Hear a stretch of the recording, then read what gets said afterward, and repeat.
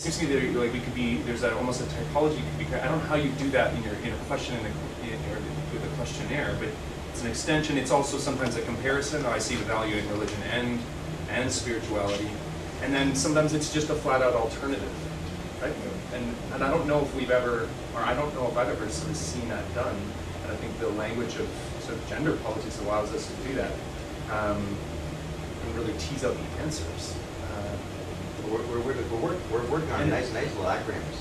Yeah. We got SBNR. We're going to add. Reg already did. We're going to add to them. We got the ones is what is it?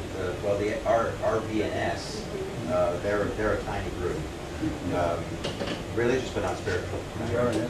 The RNS ones are the biggest category, right? And then you've got the neither nor. Right? So you've already got 4. In some other work I'm doing, I'm adding another one. I talked to you about it, right? CBNRs, cultural but not religious. Because the word culture is another one of these wild card concepts, as I just indicated. You know, everybody knows it's different from religion, but then when we talk about it, we have real difficulty pulling them apart, including those Muslims in our sample, right? And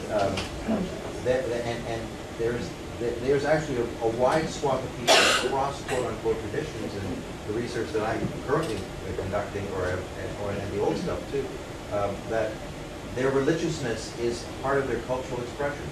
With the Hindus, that's just all over the map, right? It's there all the time.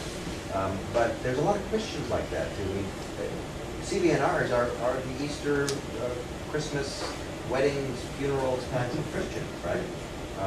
Why do you do this? Is it because Jesus is the Son of God? No, it's because this is what we do, right? It's not right unless we have this, right?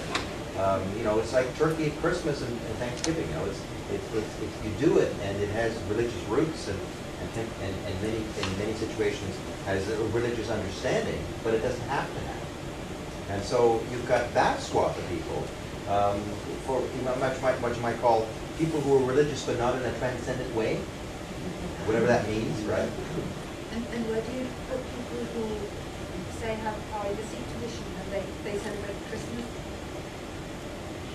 Because they say we are part of this country, Christmas is part of the festival calendar, so we tune in because we want to be part of this country.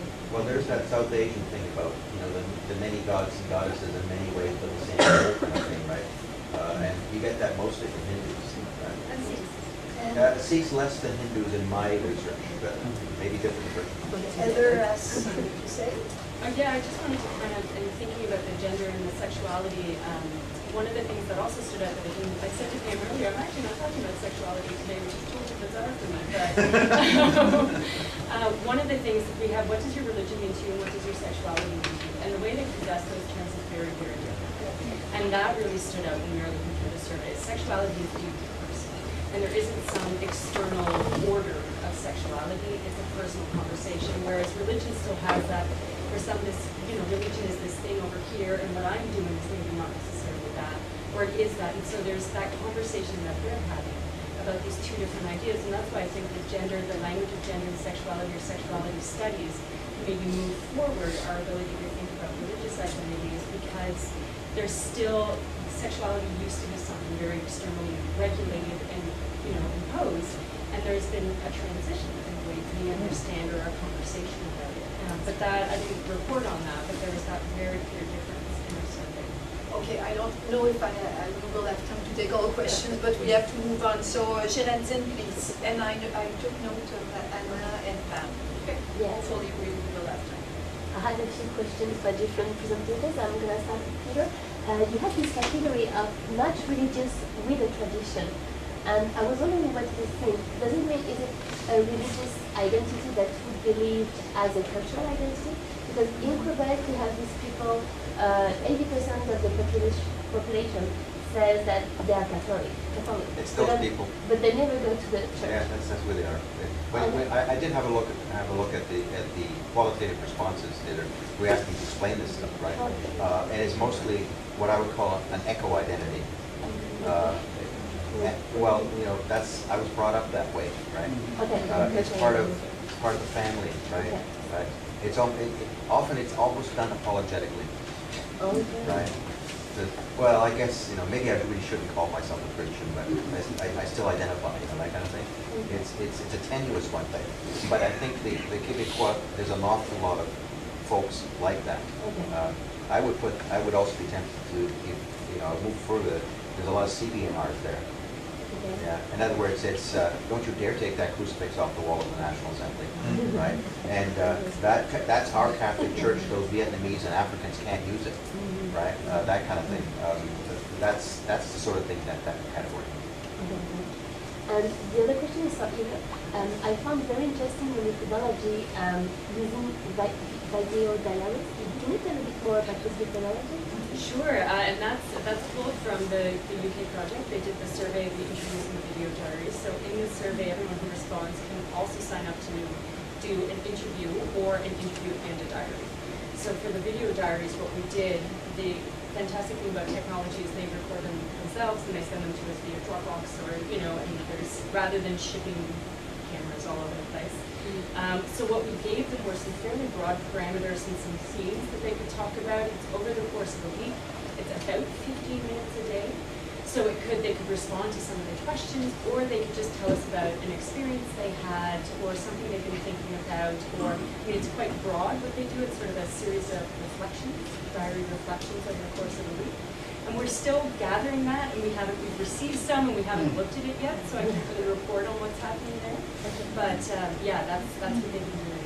So what kind of question would you ask for? We would ask them very broad questions about religion and sexuality and gender, and really experiential questions or ways that they saw, you know, cultural or religious tradition and how it influenced ideas about gender or sexuality. I mean, it was quite, and then there's just sort of a list of topics. I mean, we left it quite broad and in line with the UK project, sort of letting this be a fairly expressive place for them. And people were responsive to that because eventually they're alone with their computers, so there would be This maybe is a shame generation or- that's really happy alone with a computer. And recording thoughts and blogs and ideas and talking to, that's fairly, and it was a suggestion to us. Someone said, oh, great, because they can record it on their phone. And we thought, oh yeah, that's fantastic, right? They can record it on, because I don't think it's uncommon for that to happen, that conversation. The other thing about the video diaries is that by the time they get to the video diary stage, they've already done the survey and we've talked to them, right? Okay. And so they know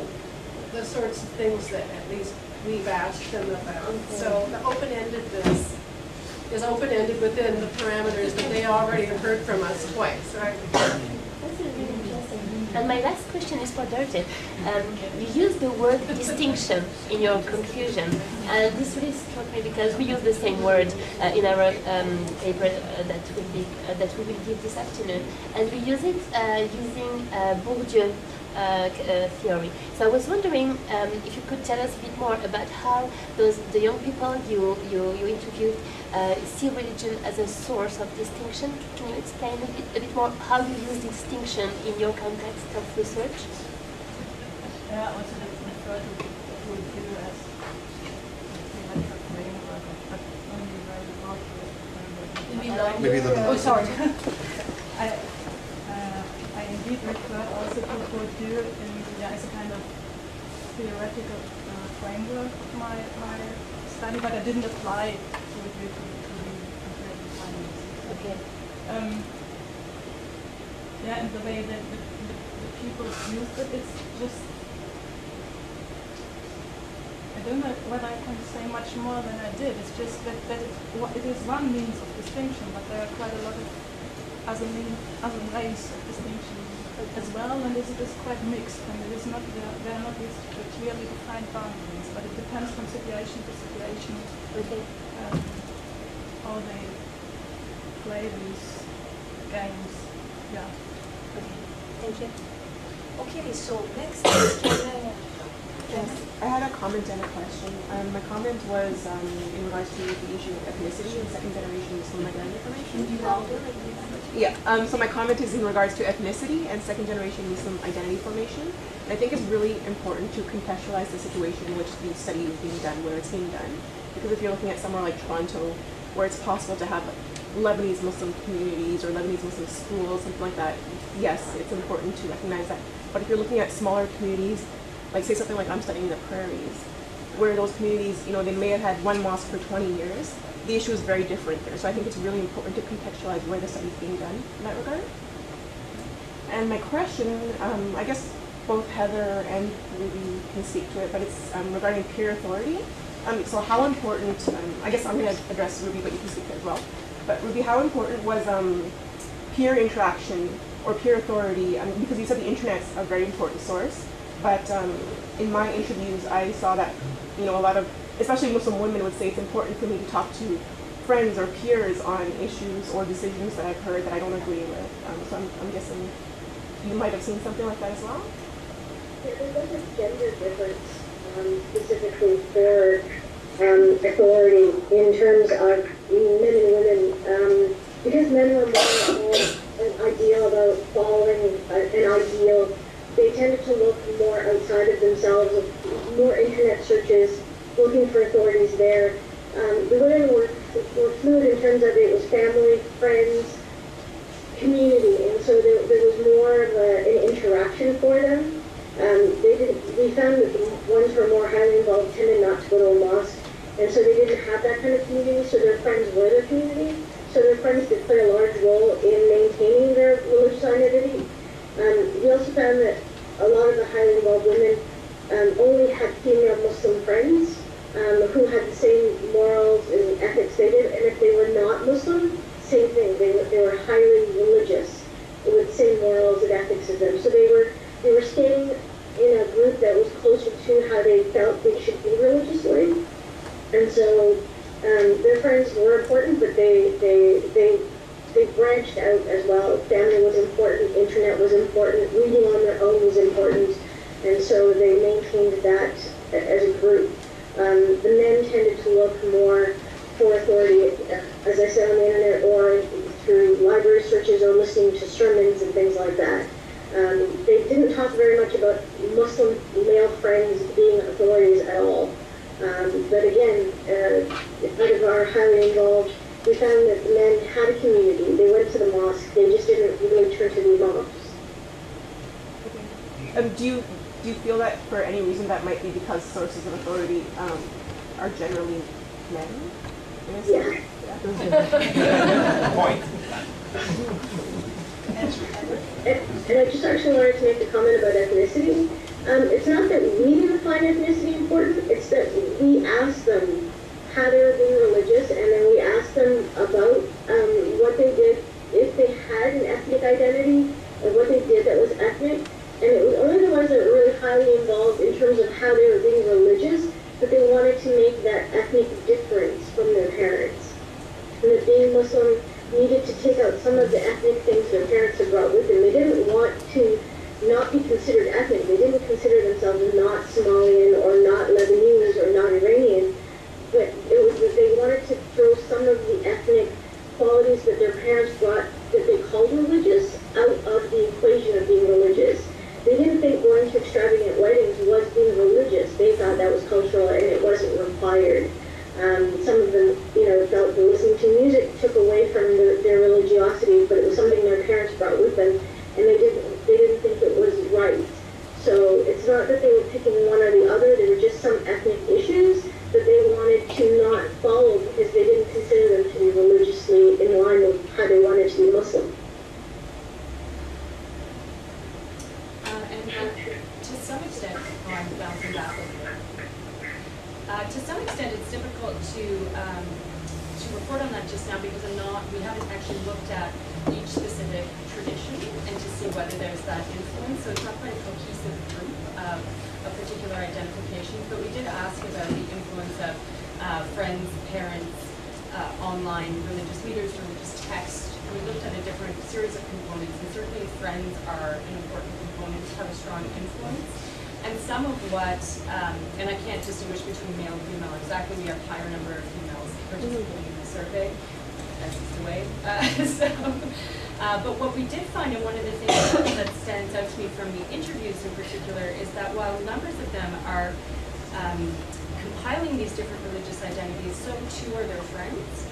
And they don't have to agree with their friends about religious identity. And that's something that really comes through with the group, is that they're able to have these conversations at this point that they didn't really feel they could in high school necessarily, but at this point they can